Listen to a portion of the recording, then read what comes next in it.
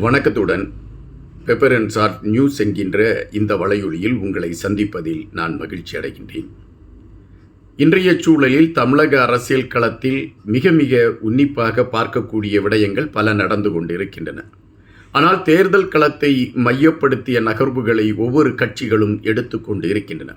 இதில் யார் அரியாசனத்தை கைப்பற்றுவதற்கான களத்தை எட்டுவார்கள் என்கின்ற விடயம் இப்பொழுதே பரபரப்பு செய்தியாக மாறிக்கொண்டு இருக்கின்றன. இந்த சூழலில் 2 வருடங்களுக்கு முன்பு தனிக்கட்சி கண்டு அரசியல் களத்தில் கால்பதித்திருக்கக்கூடிய விஜய் அவர்களை மையப்படுத்திய ஒரு அரசியல் களம் தமிழகத்தில் பரபரப்பு செய்திகளாக மாறிக்கொண்டு இருக்கிறது என்பதை விட கோட்டையை நோக்கி அந்த கட்சி நகர்ந்து கொண்டு இருக்கிறது என்பதாகத்தான் பலரும் கணிக்கிறார்கள். இதுவரை விஜய் அவர்களுடைய கட்சியும் விஜய் அவர்களையும் விமர்சித்து கொண்டிருந்த பலர் இப்பொழுது தாமாக முன்வந்து விஜய் அவர்களையும் விஜய் அவர்களுடைய கட்சியையும் புகழ்ந்து பேசக்கூடிய ஒரு மாற்றங்கள் மாறிக்கொண்டு இருக்கிறது என்பதையும் நாம் இங்கு பார்க்க வேண்டியதாக இருக்கின்றது. இந்த சூழல்தான் கரூரில் நடந்த ஒரு சம்பவம். இந்த சம்பவத்தை மையப்படுத்தி அனைத்து விடயங்களும் எல்லோருக்கும் தெரிந்திருக்கக்கூடிய காரணத்தினால் மேலும் மேலும் அது சார்ந்த கருத்துக்களை பதிவிடுவது நேர விரயம் என்று நான் கருதுகின்றேன்.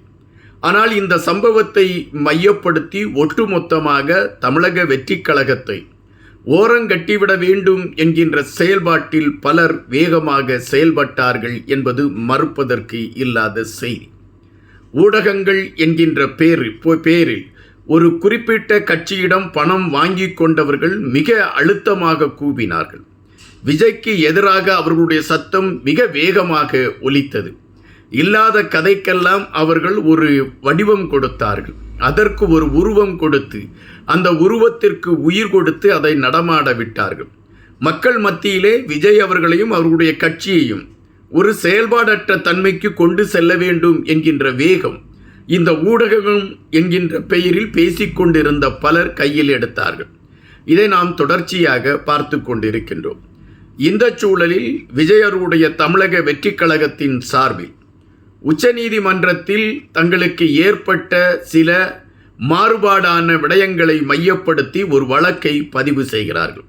இந்த அரசு சார்ந்த விடயங்கள் கரூர் பகுதியில் நடந்த அந்த துயர சம்பவத்திற்கு முழு காரணமாக இருந்தது இவர்கள்தான் என்பதை மையப்படுத்திய வழக்கு அங்கு பதிவாகிறது. எங்களுக்கு பாதுகாப்பு கொடுக்க வேண்டிய காவல்துறை பாதுகாப்பு கொடுக்கவில்லை. அதன் அடிப்படையில் தான் இந்த துயர சம்பவம் நடைபெறுவதற்கான ஒரு களம் அமைந்தது என்கின்ற கருத்துகளோடு உச்சநீதிமன்றத்தை தேடி சென்றது விஜய் அவர்களுடைய தமிழக வெற்றிக் கழகம். இந்த வழக்கை உச்சநீதிமன்றம் ஏற்றுக்கொள்ளுமா என்கின்ற கேள்விகள் எழும்பிக் கொண்டு இருந்தன. இந்த சூழலில் உச்சநீதிமன்றம் இந்த வழக்கை ஏற்று விசாரணைக்கு எடுத்தது. நேற்று இந்த விசாரணை சென்ற பொழுது அரசு சார்ந்தவர்களை மையப்படுத்தி உச்சநீதிமன்றம் கேட்ட பல கேள்விகள் அதிர்வலைகளை ஏற்படுத்தின. இதுவரை தங்களை மகாத்மாவாக காட்டிக்கொண்டு அல்லது தங்களுடைய செயல்பாடுகள் நியாயமானது என்பதை அடையாளப்படுத்தி கொண்டு பயணித்தவர்கள் பலருடைய தலைகளிலே ஓங்கி குட்டியது உச்சநீதிமன்றத்தின் நீதிபதி. இப்பொழுது இது ஒரு பரபரப்பு செய்தியாக மாறிவிட்டது. விஜய் அவர்களும் தமிழக வெற்றிக் கழகத்திற்கும் மீண்டும் அந்த வேகம் பிறக்க ஆரம்பித்து விட்டது என்கின்ற செய்தி தெரிய ஆரம்பித்துவிடன் இந்த காசுக்கு பேசக்கூடிய ஊடகங்கள் மீண்டும் கூவ ஆரம்பித்திருக்கின்றார்கள், கத்த ஆரம்பித்திருக்கின்றார்கள், கதை பேச ஆரம்பித்திருக்கின்றார்கள். அப்படித்தான் இன்று 2 காணொளிகளை பார்த்தேன். ஒன்று கேள்வி நேரம் என்கின்ற தலைப்பில் வலையொலி நடத்தி கொண்டிருக்கக்கூடிய செந்தில்வேல் என்பவர் தொகுத்து வழங்கிய ஒரு காணொளி. அந்த காணொளியில் முதலில் ஆரம்பித்தவுடன் செந்தில்வேல் அவர்கள் குறிப்பிட்டார், ஒரு முக்கியமான ஆதாரம் கிடைத்திருக்கிறது. இந்த ஆதாரம் வெளியே வந்த மறுநிமிடத்தில் இருந்து விஜய் அவர்களுடைய முகத்திரை கிழிந்து போய் விடுகிறது. இந்த ஆதாரம் காணொலியாக இருக்கிறது. இந்த காணொலியை நீங்கள் பார்க்கின்ற பொழுது நீங்களே புரிந்து கொள்வீர்கள். விஜய் என்கின்ற பிம்பம் இதோடு அடித்து நொறுக்கப்பட இருக்கிறது. அவர்களுக்கு நீதிமன்றத்தில் ஒரு பெரிய நகர்வு கிடைத்துவிட்டது என்ற மகிழ்ச்சியில் அவர்கள் ஆடிக்கொண்டு இருக்கிறார்கள். இந்த காணொலியை பார்த்தாலே அவர்களுடைய ஆட்டம் முடிவுக்கு வந்துவிடும் என்று குறிப்பிட்டார். அவர் குறிப்பிட்டவுடன் நமக்கும் ஆவல் தொற்றிக் கொன்றது. அப்படி என்ன கதையை சொல்லப் போகிறார் என்று ஆவலோடு காத்திருந்தோம். கண்டிப்பாக நான் காணொலியை காட்டப் போகிறேன் என்று அறிவித்தார். நியூஸ் 18 என்கின்ற அந்த தொலைக்காட்சியில் நான் பேசுகின்ற பொழுது இந்த காணொலியை காட்டியிருந்தேன்.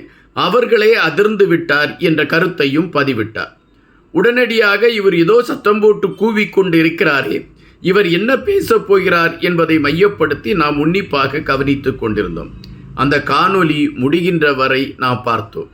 எந்த ஆதாரங்களையும் அவர் காட்டவில்லை, அல்லது விஜய் அவர்கள் பேசியதாக எந்த செய்திகளையும் அவர் காட்டவில்லை.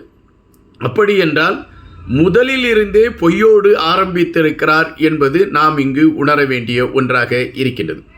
அதுபோல நீதிமன்றத்தில் ஒரு நபர், பாதிக்கப்பட்ட ஒரு நபர் வழக்கை தொடுத்திருக்கிறார் என்பது செய்தி. இந்த வழக்கை தொடுத்திருக்கக்கூடிய நபர் தன்னுடைய மனைவியோடு இணைந்து வாழவில்லை. அவர்களுக்குள் கருத்து வேறுபாடாகி இருவரும் பிரிந்து விட்டார்கள். அப்படி பிரிந்தவர் எப்படி இறந்து போன மகனுக்காக வந்து வழக்கை போடுவார் என்ற கேள்வியை புத்தி முத்தியவராக செந்தில்வேல் அவர்கள் கேட்கிறார்கள். ஒரு கணவனும் மனைவியும் கோபத்தில் பிரிவது என்பதும் அல்லது அவர்கள் நிரந்தரமாக பிரிவது என்பதும் அவர்களுடைய தனிப்பட்ட வாழ்வியல் சம்பந்தமான விடயம். ஆனால் குழந்தையின் மீது ஒரு தந்தைக்கு பாசம் இருக்கக்கூடாது என்பது சட்டமா? எந்த தந்தையாவது தான் பெற்ற குழந்தை மரணத்தை தழுவிவிட்டது என்கின்ற பொழுது ஆகா மரணத்தை தழுவிவிட்டது என்று மகிழ்வு கொள்வானா? தான் மடியில் தூக்கி வளர்த்த ஒரு குழந்தை அந்த கூட்டத்தில் சிக்கி மரணத்தை தழுவியிருக்கிறது என்கின்ற பொழுது அந்த தந்தை கொதித்து எழுவதும் அவன் நீதிமன்றத்தை நாடுவதும் ஒரு நியாயமான ஒரு நடைமுறை. அப்படித்தான் அந்த மனிதர் நீதிமன்றத்திற்கு சென்றிருக்கின்றார். ஆனால் இங்கு செந்தில்வேல் அவர் அதற்கொரு வடிவம் கொடுக்கிறார், அதற்கொரு கதை பேசுகின்றார்.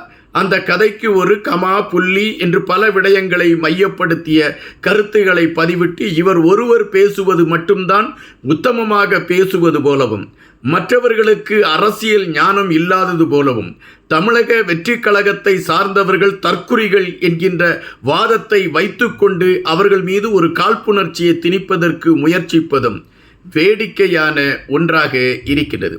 எப்பொழுதுமே முகத்திரை கிழியப்படுகின்ற பொழுது ஒவ்வொருவரும் அலறத் தொடங்குவார்கள். அப்படித்தான் இந்த செந்தில்வேல் அலறத் தொடங்கி இருக்கிறார் என்பதாகத்தான் நம்மால் பார்க்க முடிகின்றது. ஒரு ஊடகம் என்பது தர்மத்தை மையப்படுத்தியது. ஒரு காலகட்டத்தில் ஒரு ஊடகம் அரசு சார்ந்தவர்கள் செய்யக்கூடிய பிழைகள் அல்லது மற்றவர்கள் செய்யக்கூடிய பிழைகளை தட்டி கேட்கக்கூடிய களத்திலே நிமிர்ந்து நின்றார்கள்.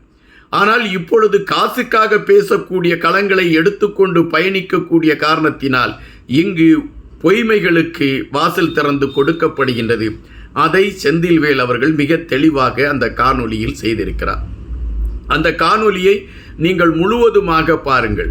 உங்களுக்கே தெரியும் அவர் என்ன பேசினார், அதில் என்ன இருக்கிறது, அவர் பேசியதில் ஏதாவது தொடர்பான செய்திகள் இருக்கிறதா, அல்லது அவர் பேச ஆரம்பித்திருக்கக்கூடிய அந்த கருத்துகளில் உண்மை இருக்கிறதா? எதுவுமே இல்லாமல் எதையோ ஒன்றை சொல்ல வேண்டும் என்பதற்காக ஒரு ஜோடித்து அதை மையப்படுத்திய கருத்துக்களை பதிவிட்டு அவருடைய பயணம் இருக்கிறது. இப்படித்தான் பெரும்பாலான அந்த கட்சியை ஆதரிக்கக்கூடியவர்கள் செய்யக்கூடிய வலையொலிகளில் அவர்கள் பேசக்கூடிய கருத்துகள் இருக்கின்றது. இன்னொருவர் ஒரு செய்தியை எடுத்து வைக்கிறார். அந்த துயர சம்பவம் நடைபெற்ற நேரத்திற்குள் குறிப்பிட்ட ஒருவர் எப்படி 5 நிமிடத்திற்குள் வந்தார்கள் என்று எல்லோரும் கேட்கிறார்கள். இதோ எங்களுடைய வலையொலி அதை குறித்து ஒரு ஆய்வு செய்கிறது, அதற்கான ஒரு தேடலோடு நாங்கள் பயணித்து இருக்கிறோம் என்று அந்த திராவிட முன்னேற்றக் கழகத்தின் கட்சி அலுவலகத்தில் இருந்து அந்த மருத்துவமனைக்கு செல்லக்கூடிய நேரம் எவ்வளவு என்று கடிகாரத்தை ஓடவிட்டு அந்த நேரத்தை கணக்கிட்டு அவர் ஒரு செய்தியாக வெளியிடுகிறார். இங்கு அதன் பின்னால் பல மர்மமான கேள்விகள் இருக்கின்றன, பல விடை தெரியாத கேள்விகள் இருக்கின்றன.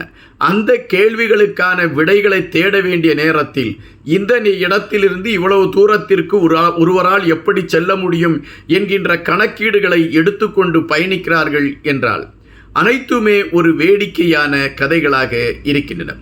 அவர்களால் இப்பொழுது இதைத்தான் மக்கள் மன்றத்தில் கொண்டு போய் சேர்க்க முடியும், அதற்கான முயற்சிகளை எடுத்துக்கொண்டு இருக்கிறார்கள் என்றுதான் நம்மால் பார்க்க முடிகின்றது. எப்பொழுதுமே ஒரு விடயத்தை அவர்கள் புரிந்து கொள்ள வேண்டும், உண்மை நெடுநாள் தூங்கி இருக்காது. அந்த உண்மை கண்டிப்பாக ஒரு நிமிடத்தில் வெளியே வரும். அப்படி வெளியே வருகின்ற பொழுது துண்டை காணவில்லை, துணியை காணவில்லை என்று ஓடக்கூடிய நிலைமைகள் பலருக்கு ஏற்படும். அப்படி ஒரு சூழல் கண்டிப்பாக இவர்களுக்கெல்லாம் அமையும் என்பதுதான் நிஜம். நன்றியுடன் இன்பா.